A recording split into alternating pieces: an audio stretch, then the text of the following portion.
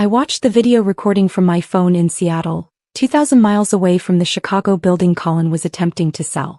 My building. The one Grandpa left solely to me in 2014. The commercial buyers, a development company planning to convert it to luxury condos, nodded along as Colin discussed closing timelines and his plans for the $3.2 million sale proceeds. I discovered the listing purely by accident.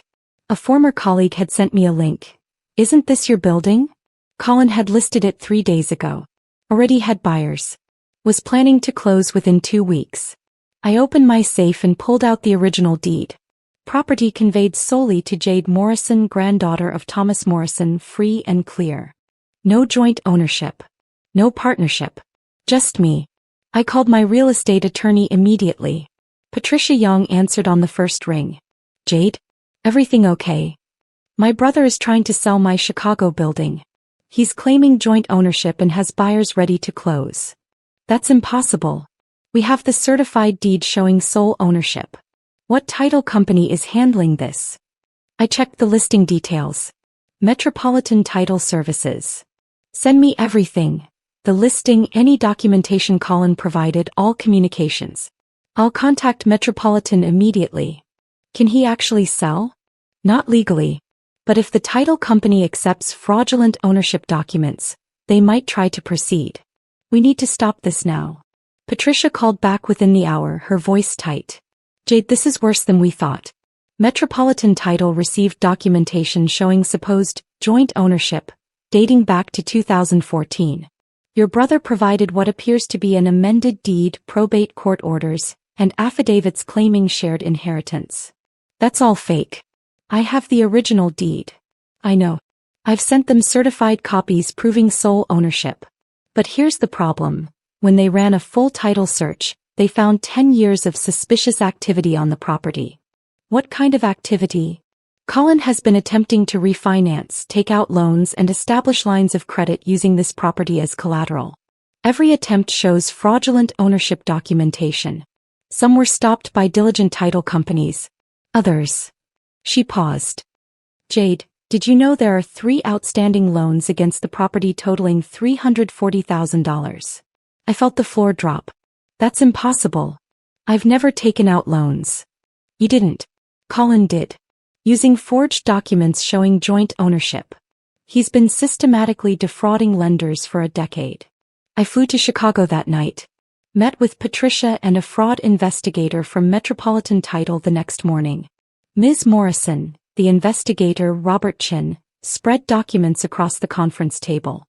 "We've uncovered a pattern of fraud spanning 10 years. Your brother has attempted to monetize your property at least 14 separate times." He showed me the timeline. 2015. Attempted $50,000 home equity loan. Denied due to title discrepancies. 2016. Attempted refinance for $200,000.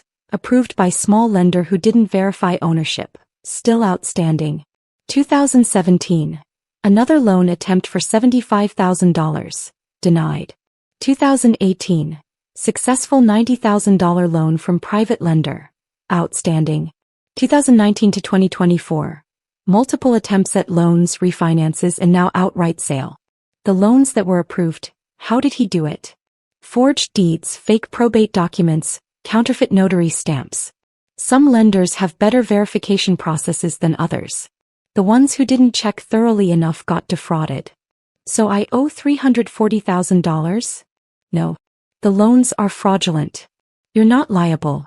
But the lenders are victims and your brother has committed multiple felonies. Patricia leaned forward. "Jade, this isn't just property fraud anymore. This is wire fraud, bank fraud, forgery, identity theft.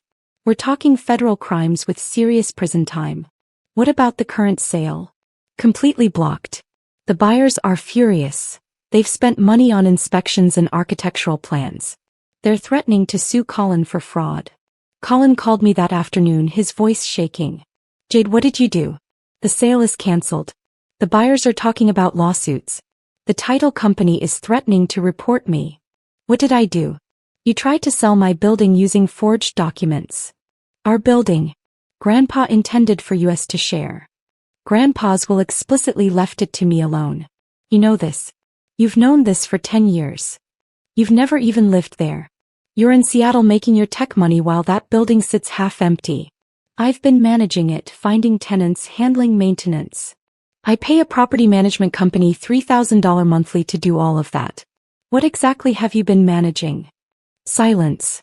Colin. I've been trying to make something of myself. You got the building, the good job, everything. I got nothing. I was just trying to use an asset that was sitting there. By committing fraud. Multiple times.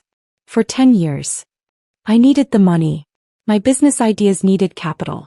You have plenty, you don't need one building.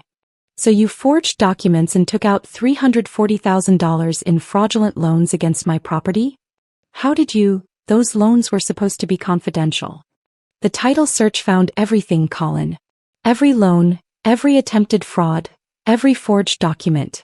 It's all evidence now. Evidence? Jade, you can't, we're family. Family doesn't commit a decade of fraud against each other. I hung up. The FBI got involved within a week. Agent Michelle Torres called me directly. Ms. Morrison, we're investigating your brother for bank fraud and wire fraud. The lenders he defrauded are filing complaints. We need your cooperation. Of course. I need to be clear. This is a significant case.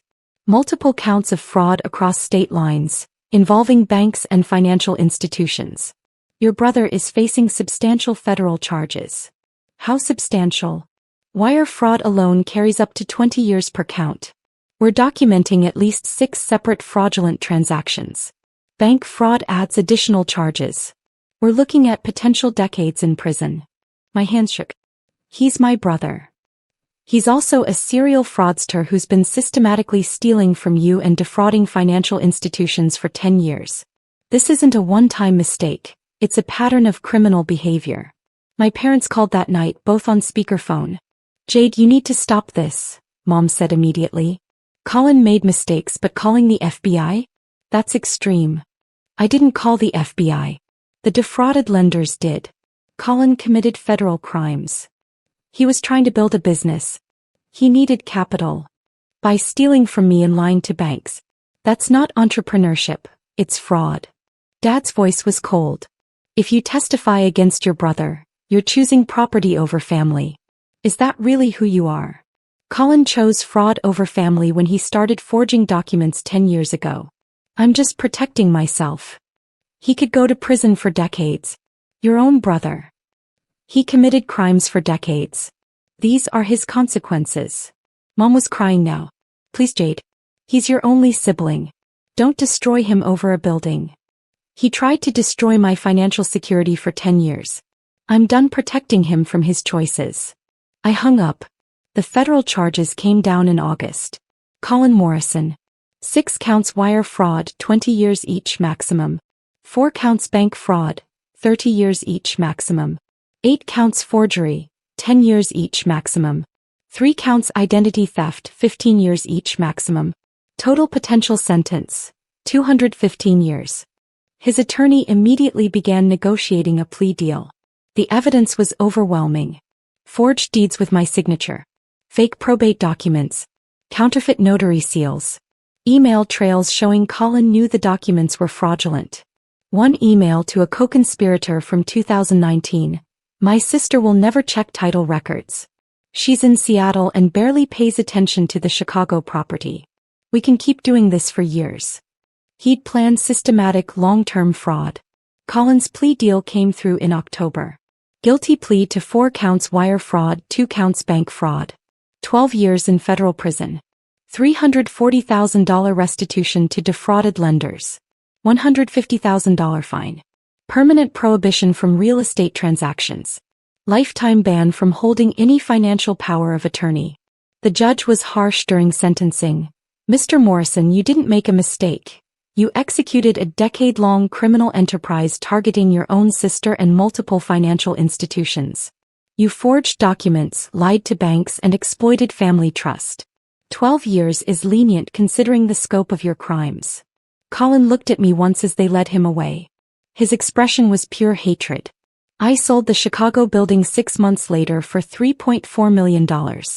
Used part of the proceeds to pay off the fraudulent loans Colin had taken out. even though I wasn't legally required to. The lenders were victims too. The rest went into investments and a down payment on a larger place in Seattle. My parents stopped speaking to me entirely.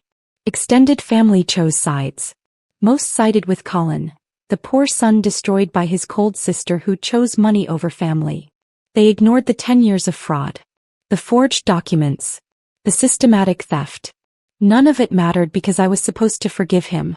Because family. Colin wrote from prison 8 months into his sentence. I read the letter once.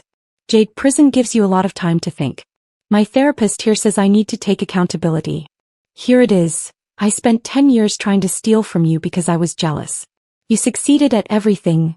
Good job, property ownership, financial stability. I failed at everything and blamed you for making me look bad. When I realized I could forge documents and access your property value, I didn't see it as fraud. I saw it as taking what I deserved. I was wrong. You earned everything you have. I earned nothing but prison. I don't expect forgiveness. I just want you to know I finally understand what I did. Colin. I filed it away. It wasn't enough to rebuild anything. But it was acknowledgement. 2 years later, I'm still in Seattle. The tech company went public. My equity is worth $8 million now. I bought a second property in Portland as an investment. This time I had Patricia structure it with enhanced fraud protection, biometric verification requirements, and multiple layers of title security. I'm done being vulnerable to family theft. Colin has 10 years left on his sentence. My parents occasionally send emails asking me to forgive and move on. I delete them. The extended family has mostly given up trying to guilt me into reconciliation. I learned something important. Protecting yourself isn't cruelty, even when family demands you absorb their crimes. Colin spent 10 years defrauding me and multiple financial institutions. He forged my signature, created fake legal documents, and systematically tried to steal from me because he thought I wouldn't notice. He was almost right. If he hadn't gotten greedy and tried to sell the entire building, I might never have discovered the decade of fraud. But I did discover it, and I stopped him. My family calls me heartless for not dropping charges, for testifying, for sending my own brother to prison. But Colin sent himself to prison by committing federal crimes for 10 years. I just refuse to be his victim anymore. The building is sold. The fraud is stopped. The lenders are being repaid. And I'm free from a family that valued Colin's criminal ambitions over my right to own property without being systematically robbed. That freedom is worth more than any building.